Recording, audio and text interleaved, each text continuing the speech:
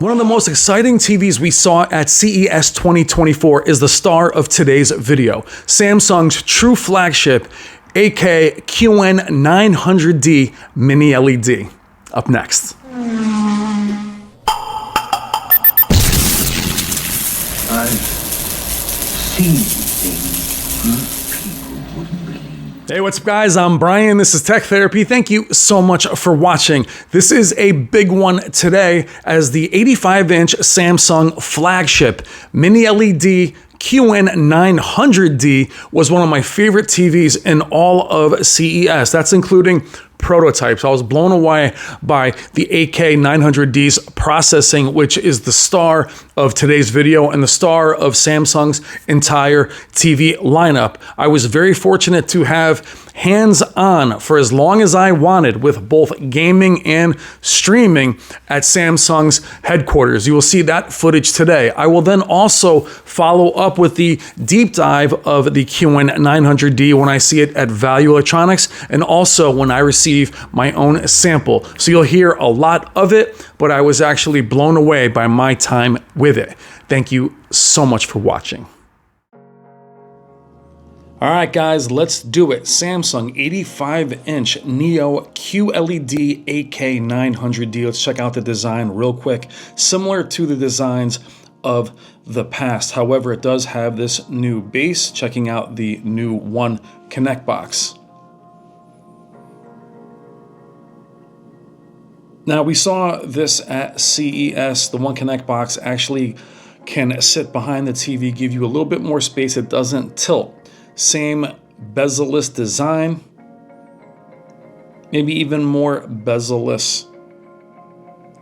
But the new Air design, Infinity Air design stand they have is very similar to their micro LED lineup that we've seen for the last few years. Great to see that brought to the 8K model. It does seem to hover there, especially in the dark, and if you don't like the silver bezel or the silver stand, it does disappear as soon as the lights are off, which you'll see shortly. Always like the design of the 8K lineup. I've been covering the 8K lineup since the 900R. I cover them every single year. Now, we are at Samsung's headquarters. I had 9 hours to film what I wanted. I wish you guys were there with me. It was an absolute treat. There were no meetings, no briefings. I brought my own console. I brought my own content. Quick look at the design of the remote. Solar powered remote. And as you can see, it's about a little smaller than a Fire Stick. Very light. Tizen's very snappy. And we're moving into the picture quality. We'll do some of this in a bright room. What's great about this room is it is light controlled, so you'll see me get it absolutely pitch black in here. Now we will alternate between the light and dark several times through the video. We'll be also gaming later on. And you're seeing me move side to side as the viewing angles are excellent on this Mini LED at 85 inches.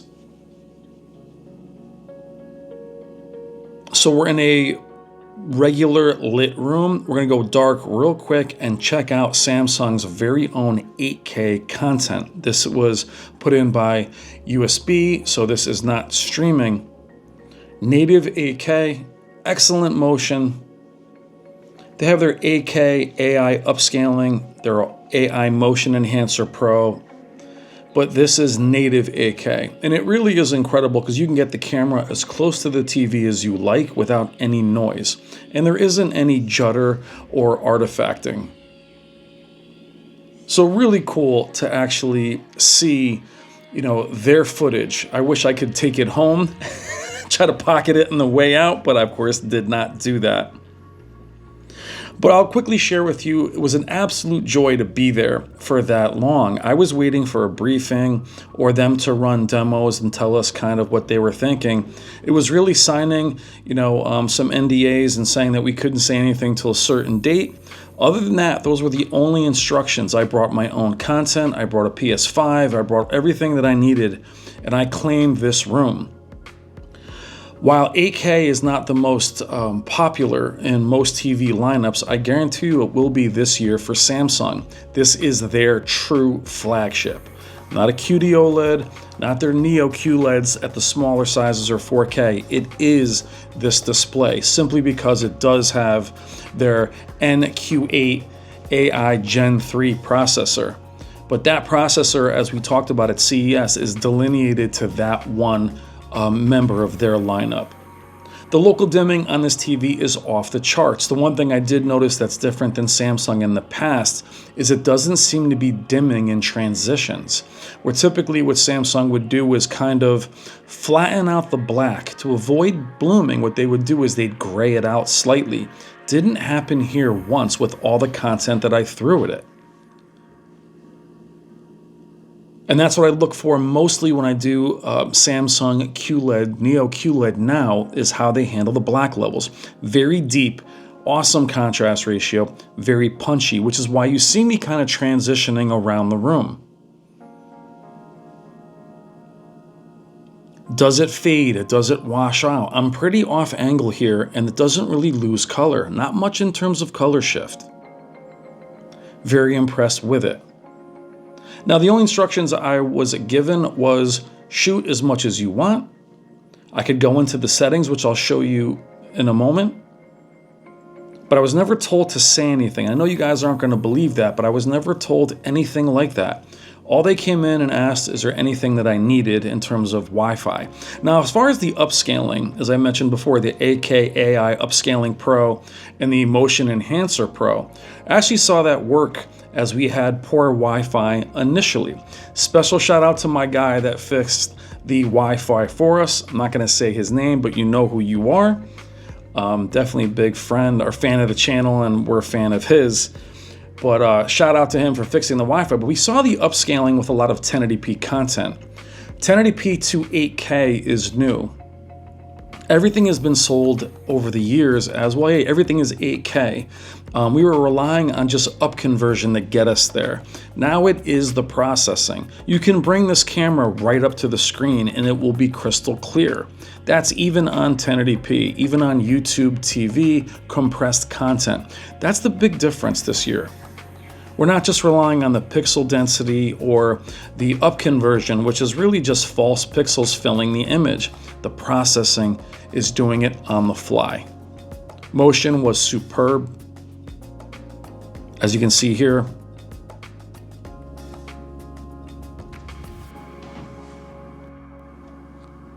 so while people will scoff at 8K, and believe me, I understand there isn't any 8K content. However, keep in mind, the processor is basically saying we will upscale through their AI upscale, not just upconvert that content. These are not easy demos. What sets the 900D apart from some of the mini LEDs we've seen in the past is handling very bright highlights with the black level and allowing shadow detail. Samsung would typically choose one or the other. Lose the shadow detail you saw on the back of the window there in order to keep things bright, or flatten it out. I noticed no difference in terms of brightness from SDR to HDR. But I love that Samsung is taking a stance on processing. Now, going through our good friend Jennifer Gala's content, I'm just going to run you through the settings. We are going to deep dive this further. Now, guys, even though I was there and this is just a hands-on, I'm still going to give you a 20-minute video. Short, quick videos are not my style. I spent hours and hours there filming. And you know what's funny? It was never difficult. I wish you guys were there with me. It is like a toy store. You're in there hanging out, running everything you can at this display. So I do not take it for granted that I'm there, and I'm trying to bring you that same experience. Can't do that in 5 minutes when I was there for 9 hours. So I really had a great time. But being able to bring your own content, and also we've seen prototypes, we've seen things at CES, but being able to have the remote and allowing me to go through the settings and showing you the different, whether contrast enhancer, its strength, the different presets, very important for hands-on reviews. I couldn't possibly do a full review, and I will tell you in the past I've made the mistake, and those of you that have seen me before know this. I've given 8K its quick look at launch. And then as a creator, you'll see that there's not a lot of interest in it, so I stay away from it for the rest of the year. Though I have said in the comments, and I have seen this, 8K displays tend to improve over the year with their firmware updates. Not so with the rest of Samsung's lineup, however, the 8Ks do improve. So those of you that love 8K TVs, I'm not going anywhere. I will hit this TV another 2 or 3 times. I've seen it at CES. Absolutely loved it. One of my favorite TVs of this year. Also keep in mind, I'm doing this audio, this narrative, not a month ago when I saw it. I'm doing it right now, just a day or 2 before you see this video. So this is all current thoughts, meaning I've seen the other lineups from other TVs. Does not diminish the 900D in the least. It is still one of the best in the world. And as I mentioned, what sets it apart from anything else Samsung is going to show you is that processor. It shows you the priority they're putting into their 8K lineup. And what I mean by that isn't selling 8K. What they're saying is, this is our flagship. This is the one I want you to buy. Now, is it the best value? Of course not. It is their flagship. There is options in Samsung's lineup that are much more affordable. I also spent time with the QN900D, which you'll see up next, and I was very impressed with that as well, a TV I wasn't going to spend much time with. Now, what do I mean when I say I'm going to hit it again? That means at Value Electronics, our good friends Robert and Wendy, I will see the 900D again in a few weeks. You'll also see it compared to other leading 8K TVs from all the manufacturers. I then will have a sample from Samsung themselves. I've also requested the 800D. I've never covered an 800 in person before. I've only ever showed you the 800 in store, meaning Best Buy as a walkthrough. I'd be very interested to see that display once I get it into my studio. And that's what I'll be doing different this year. I won't just be doing these first looks, but I won't throw up a quick review either. These displays now are organic, meaning in nature, not in physicality. They get updates all year long. They change throughout the year. It's important to revisit them over and over and over to see how they are after launch as we look at Spears and Munsell. The local dimming is excellent. Now my camera is clipping a bit, but if it is, it's also not showing you any blooming either, so we're not crushing anything.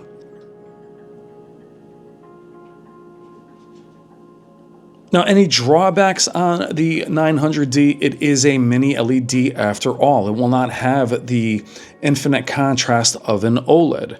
So we have to understand that we're viewing these displays in a vacuum. I really do want to do more mini LED on mini LED versus always throwing it against an OLED. There are no 85-inch OLEDs walking around. There's some 83s.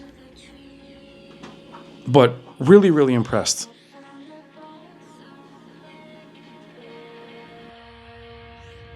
Now, before we transition into some gaming on the PS5, I want to give a special shout out to our good friend Jennifer Gala. I just missed her little prompt there for all of her amazing content. Her demo material is throughout this video. Check out the description below for links to both the HDR Super channel and Jennifer Gala's channel. Thank you so much, Jen. Transitioning into gaming now, there are some very unique qualities to the QN900D. It is the first display capable of 4K 240 Hz in terms of a mini LED, especially of this size. Now, I'm not testing that here as I only brought my PS5. I was not going to bring my PC, but I do have a 4090 from NVIDIA where I can actually test that and some older titles for you. We'll easily get that to work with the 4090.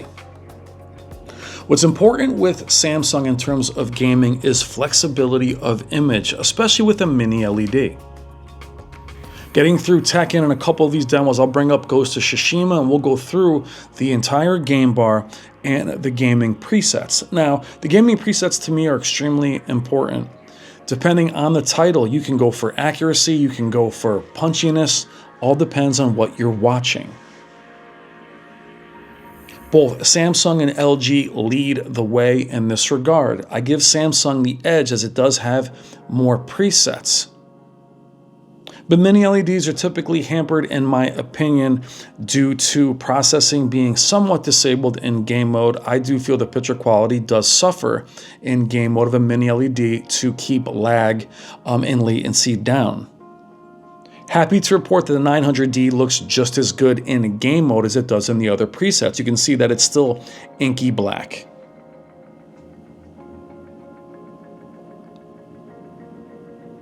Ghost of Tsushima is a gorgeous game. Any hitching you see is strictly my camera.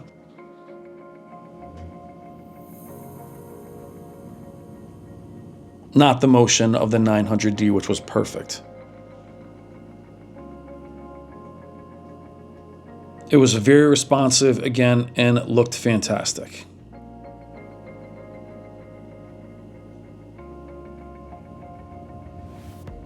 Now I'm labeling it PS5 because I will do, again, separate videos once I get this home. I will do an Xbox and a PC, and I will go back to PS5.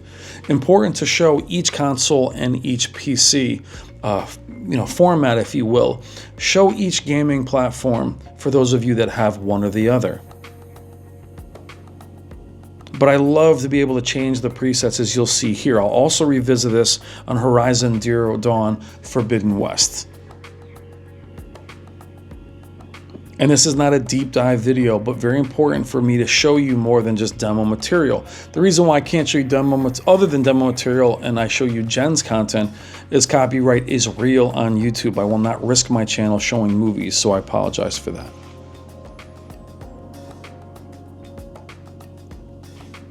How important is gaming to you? For me, 8K gaming isn't super realistic simply because the motion processing of 8K, you'd have to have at least 8K 60 to really have the motion be something that you would want. Having a 4090 8K is still far away, but 4K 240, 244, 4K, 144, 120. I said 244, 240 hertz. Playing at 4K 120 now is a must. 240, be fantastic. 144 hertz, it's a good jump, but going 240. Now it'll be interesting seeing with the new One Connect box if things like dropouts occur. I will let you know.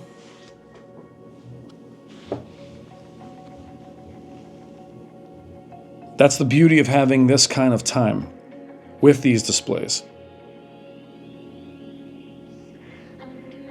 I'll say it again, what you're seeing in the gaming is the motion from my camera, not from the actual 900D.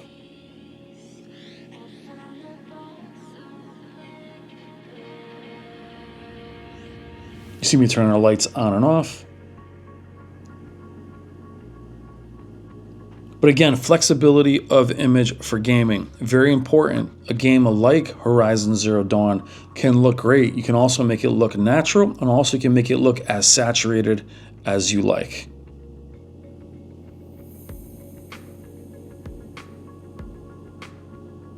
Now, screen uniformity was excellent, no DSC of any kind. However, this is in their actual, in their headquarters. I imagine they would pick a good one for me, or for all of us that were there. But I was also impressed. There was really nothing other than, respecting the time of when I was able to talk about it. Other than that, I was not instructed or asked to say anything.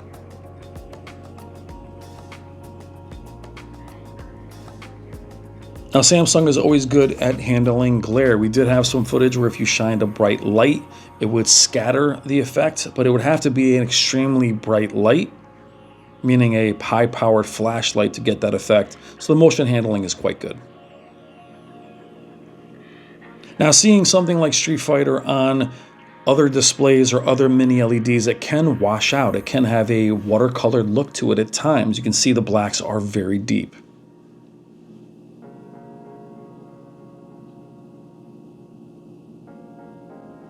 Got that Samsung blue. So 20 minutes into the video, I'll tell you that if you are interested in a mini LED, can easily recommend the 900D as being one of the top TVs in the world right now. It is a step up from any of the 8K Neo QLEDs before it by a fair margin. Bright, great contrast ratio, but it's the processing, and these companies are learning. Processing is king. What you do with the image is so important. So in closing, highly recommend the 900D. It is not going to be a good value for you, but I'm not here to constantly show you value. I'm here to discuss the best TVs in the world, and there are value TVs I'm definitely going to cover this year. 900D is not one of them. They will always start expensive, and then they will go down by the end of the year. Will they drop a ton? Probably not. Inventory is less and less as they make less and less of these. But if I was buying a TV for myself, the 900D would easily be top of the list. You can put the camera right against the screen. That 8K difference is real. All right, guys, I'm Brian. Thank you for joining me for this first look. Those of you in the live premiere, I love you guys. Please consider liking and subscribing. Have a great day. Have a great night. Take care.